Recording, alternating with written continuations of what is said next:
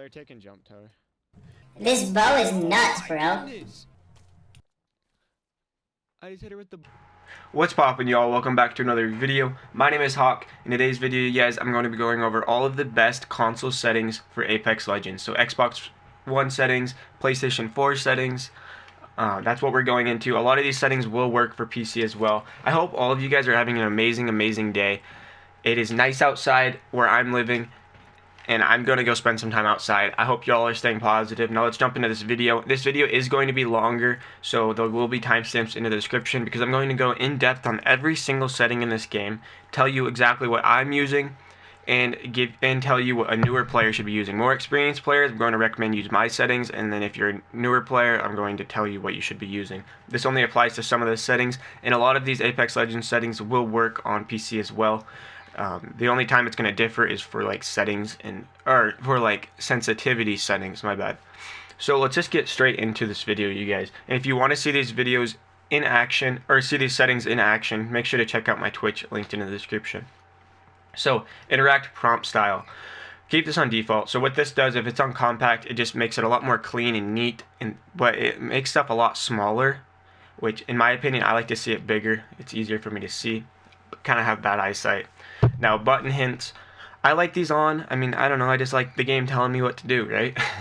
But if you keep this off, what happens is, you know, like your tactical, how it will show hit L1 or LB, or I think it's Q on keyboard. That's what it will show you if you have it on. If you have it off, it just won't show any of that hints. So crosshair damage feedback, I keep this off.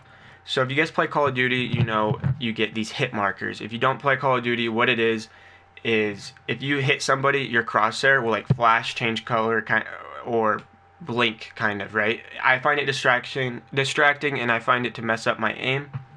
So try this off if you do have it on, but it's not super important. But that is what that does. Now this is a huge one, you guys. If you're having this on off or stacking, change it to, no, sorry, if you have this on off or floating, change it to stacking or both immediately. When I see people using stacking, I cringe so much because it just doesn't work. You're not getting the information you need. So let me explain this. When you have it on both, when you're shooting an enemy with an automatic weapon, right, it'll constantly show how much total damage you've done. It'll reset like every, I'm not sure the exact time, but every couple seconds. So enough time. So if you like shoot 3 bullets into them, or like 5 bullets into them, reload, and then shoot again, it'll reset. But when you shoot those 5 bullets in them, it'll show you the damage you did for those 5 bullets. But how it works is it'll start with 1. So you hit, once your 1 bullet hits, it'll show what that does. Then when your second bullet hits, it'll show it'll show what those combined 2 bullets just did during that specified amount of time. I'm sorry if that didn't make sense, but it does. When you have it on stacking, or when you have it on floating, sorry, I'm getting messed up here. When you have it on floating, what it does is if you hit a guy with an R9 for 9 damage each bullet, or whatever, it'll just show right above his head a bunch of 9s. It'll say like 9, 9, 9, 9, 9, 9, 9. And that's super distracting, and you can't sit there to calculate all of that. You need to have it on both or stacking to be able to see how much damage you just put on that guy, so you can relay that information to the enemy, or to your teammates. My bad, you guys. I am stuttering today, boys. Oh my goodness, it's so nice outside. I need to go get outside after I finish this video. Alright, so ping opacity, you guys. Default is just normal, right? You guys know what default is. So faded, what faded does is you can actually see through pings on the map. A lot of people like faded. I just keep it on default because it doesn't ever bother me. But it'll help you to be able to see through pings in case a ping is blocking something. Obituaries. I keep this on. What obituaries are so you can see the badges on enemies' death boxes. Minimap rotation. Definitely, if you have this on, definitely try it on off. Another personal preference one, but I find it way too distracting to keep it on. So what this one does is when you turn directions, your minimap rotates with you. If you have it on off, your minimap always stays the same. So up north is always north, east is always east, south is always south. So it's just like that. I like it that way. Weapon auto cycle on empty. I keep this on. If you have this on, so what this does is when you finish all of the ammo in your gun, in one gun, it'll automatically switch to your second weapon. I find this nice because when you're in a gunfight, anything that saves time, I don't have to put in a second button input in order to change my weapon. It saves you time. It could possibly win you that gunfight. A lot of players I know keep this off because they like to say they know how many bullets they have in their gun, and that they know when they need to switch weapons. Which I agree with that, but I find anything that can save time in a gunfight is going to give you an advantage. Auto sprint, I keep this off. So what this does is when you're sprinting, you'll continue sprinting until you do something to cancel that. So like putting in a back input, or like a reverse input on your left joystick, or clicking in your left joystick, anything like that will cancel the run. I like it on off because I like to have the most control over my character. Double tap to sprint, same thing as I said for auto sprint. We're just not going to talk about that going off. Jetpack, I definitely have it on. Oh shoot, I didn't even realize that. I need to have that on hold. Definitely have that on hold. Engage until you press again. Okay, that saves me so much time. I didn't even know this was a setting, you guys. Dang. Okay, so what this does, I've been wall jumping, right? And when I go to wall jump, you double tap X. And I've been jetpacking, and a lot of times I've had to like change how I wall jump when I play Valkyrie. But no, okay, hold is what you want. So you just tap X and keep holding X instead of having to double tap to do it. Double tap to fly and then double tap to stop flying. So much nicer. Definitely recommend this setting. Okay, income damage feedback. Now this is just 2D and 3D. I find it easier to read if they're on both. It shows both 2D and 3D. Not a super big deal there. Do whatever's personal preference to you. Go into a firing range and test all these settings out before going into a match. Taking damage closes death box or crafting menu. I wish there was a setting here for both, right? I wish I could turn off. I wish I could turn on for crafting menu because it's really hard to get in and out of that fast when you're getting shot at. It's kind of glitchy. But taking damage closes death box. If you're going for an armor swap and you keep going in that death box and then getting one bullet and then it keeps closing that, you're not going to be able to get that armor swap off. So if you're like me and you constantly kill someone, down them, grab an armor swap, turn around, kill the next guy, kill him while he's down, take his armor, move on to the third guy, and finish the squad like that, which that's definitely what you should be doing, then you need close damage. Taking damage closes death box off. Okay, hop up, pop up. When you look at a hop up, this will just tell you what the hop up does. So, I don't know, to me, there's no point of turning some of this stuff off if they don't bother me. They're not going to help, they're not going to make you better or make you worse. It's just all personal preference. Streamer mode I have off. I don't understand why people turn this off or turn this on unless they are trying to. I don't know why they don't want to see who kills them or other people to see that they killed them. I guess if you're streaming and you don't want to be stream sniped, this could be a possible thing for you. But for me, I don't care. I like the recognition. I like to see who killed me. I like them to see that I killed them. Anonymous mode. Anonymized display of player's name and the champion. I guess this goes along with another streamer mode thing. I guess if you don't want to give clout if you're streaming, you don't want to give clout to whoever is the champion, which I find is absolutely ridiculous. Shouldn't even be a mode. Usage sharing. I just disabled. You could enable it. This just allows EA to be able to see your gameplay. Cross-platform play, I have this enabled. This only goes through Xbox and PlayStation, obviously. You won't get PC players in your lobby unless you have a PC player in your party and you queue up with them. Then it will put you into PC-only lobbies. Unless those PC players unless there's another console player on a PC squad partying up, if that makes sense. But automatically, you'll cross-platform play with Xbox and PlayStation if you were on console. And maybe Switch, actually. I'm not sure. Performance display. Display data relevance to game performance, including frames per second. So yeah, I have this off because I find it kind of distracting. Sometimes I turn it on if my network is being messed up or if I'm streaming. It'll just show you your FPS and your just show you your FPS and your ping and all that. Club invites, I have them enabled, not a big deal. Colorblind mode, I am red-green colorblind, so that's what Deuteranopia?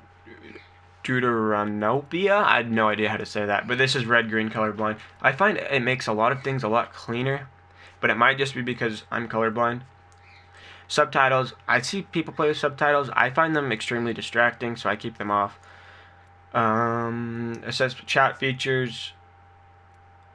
Menu that navigation accessible features. This includes on-screen hint text and well as voice instruction for assessing chat.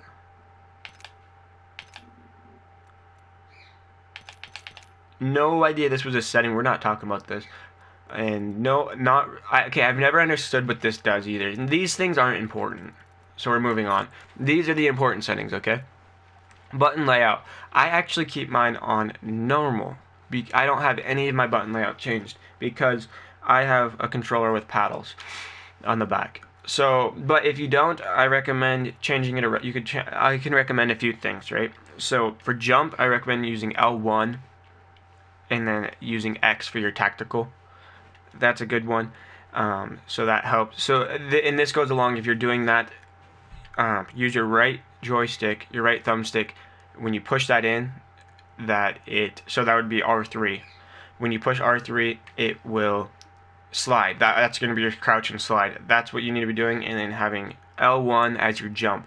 So that way you can slide and jump without taking your hands off of your controller, or without taking your thumbs off of your thumbsticks. And then whenever you need to use your tactical, you can just move your thumb off of your joystick again. Sorry for that one. Let's move on here. So interact, reload, tap to use, and reload. I like tap to use. Crouch button, you definitely need this on hold. Trust me, toggle does not work. If you're trying to slide jump, toggle is going to mess you up a lot. You want it on hold. And especially if you're crouch spamming, you want this on hold. Aim button, definitely on hold. It's not CSGO, Valorant. We're not playing on toggle. Survival slot button, I have this on. If you have it off, it'll allow you to inspect your weapons easier. So dead zones, I have no dead zones. You want the fastest input as possible. So this means as soon as you hit your right joystick as soon as you hit your right trigger or your left trigger, it'll automatically shoot or aim in. Now menu cursor speed, this one isn't that important, but if you have it on faster like I do, you can kind of just copy that if you're trying to copy. It's about this speed here. It's kind of hard to explain this one, but the faster you have it, it will help with looting loot boxes, right? But you don't want it too fast where it's making you hard to loot, or too slow where you're going like super slow trying to get your loot. Now, look sensitivity. These are faster settings, you guys, so it might take you a lot of time to warm up to these, but 6.5 is what I play on. So 6 look sensitivity, which means when you're not aiming down sights, and then look sensitivity ADS is on 5 when you are aiming down sights. So a little bit slower when you're looking down your gun, so right when you hit left trigger and look down your sight. Now here, if you're a new player, I recommend playing on 4.4 or 5.4. I recommend going in firing range and messing around on 5.4 until you get comfortable and confident with 5.4. And then if you're fragging out on 5.4, then move up to 6.5. Okay? But if you guys aren't fragging out, winning games, or doing anything on 5.4, then you probably shouldn't be moving up to 6.5. But if you want to try it, maybe it will help you. But sensitivity isn't going to make you better if you aren't already doing good, if that makes sense. If you're doing good on the sensitivity you're at and you increase your sensitivity and are able to adjust to that new faster sensitivity, then it's going to make you better. But you first have to be able to be good on 5.4 or 4.4 to be able to switch to a higher sensitivity, if that makes sense, you guys. I don't mess with the per optic settings. Now, this is a huge one right here, you guys, response curve. You want this on linear. So what this means is you get raw input. So when you make an input on your thumbsticks, it's going to be raw. There's not going to be anything interrupting that. There's not going to be anything interrupting that input that you put in, right? So on controller, you want everything to be as clean as possible. If you haven't tried this, try it out. It makes your movement really smooth. Now, look dead zones. if you have a newer controller, I recommend having this on none. Once again, it's just the fastest and the most raw input you can get is having no dead zones whatsoever. But I have to play on small because my controller is wearing out and I get thumbstick drift, so I have to play on small. So that's another thing. If you're getting thumbstick drift, try adding some dead zones. Movement dead zones, I have it on small once again. You want as raw input as possible. Inverted look, this is like you're flying a plane, right? So up is down and down is up. Obviously I keep that on off. Vibration, a funny story here real quick, you guys. I used to play Halo on the original Xbox, so Halo 1 and 2. And I was a little kid, I was younger then, and I didn't know about inverted, and somehow that setting actually got changed on my controller for like months. So I actually started playing, I played inverted on Halo 1 and 2 for like months until my brother showed me that you can change that setting.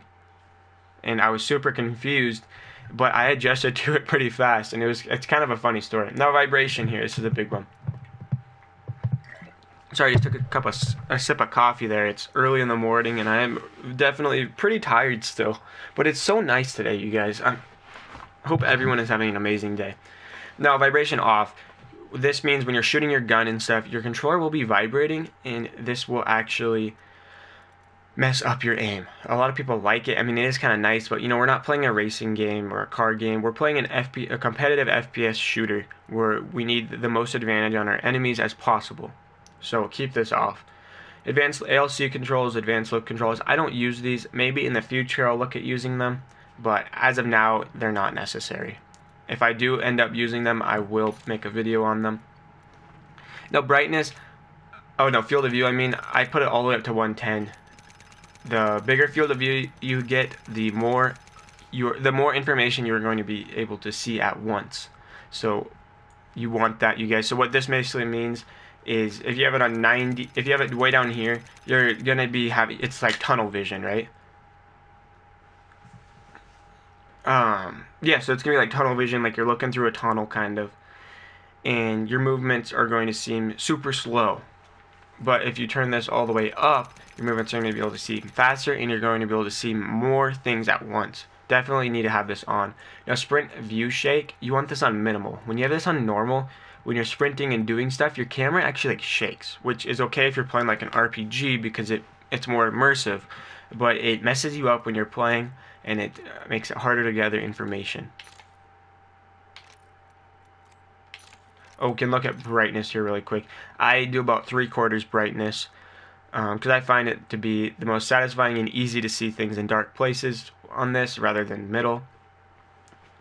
This is what's good for me.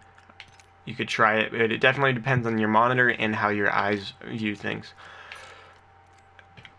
Alright, now we look at master volume. Okay, so yeah, volume, not important whatsoever.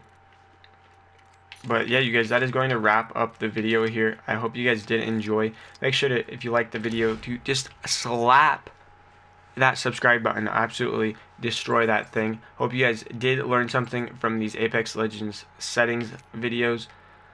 I put a lot of work into this.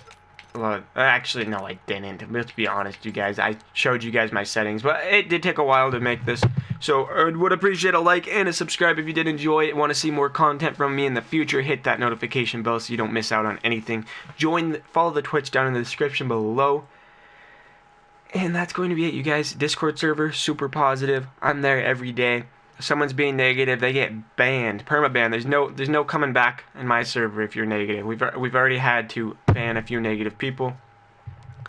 But yeah, you guys, negativity is an instant ban in my server. So if you guys want a positive community like that to be a part of, I'm your guy. My server is I shouldn't say my server. Our server is the guy. A lot of awesome people down there. Twitch is super fun streaming Apex Legends on there, and a variety of other games I've been streaming. I'm actually going to stream a horror game later if you guys want to check that out. Now, that is going to end this Apex Legends settings video. I will see you guys in the next one. Peace, bye, love you. See ya!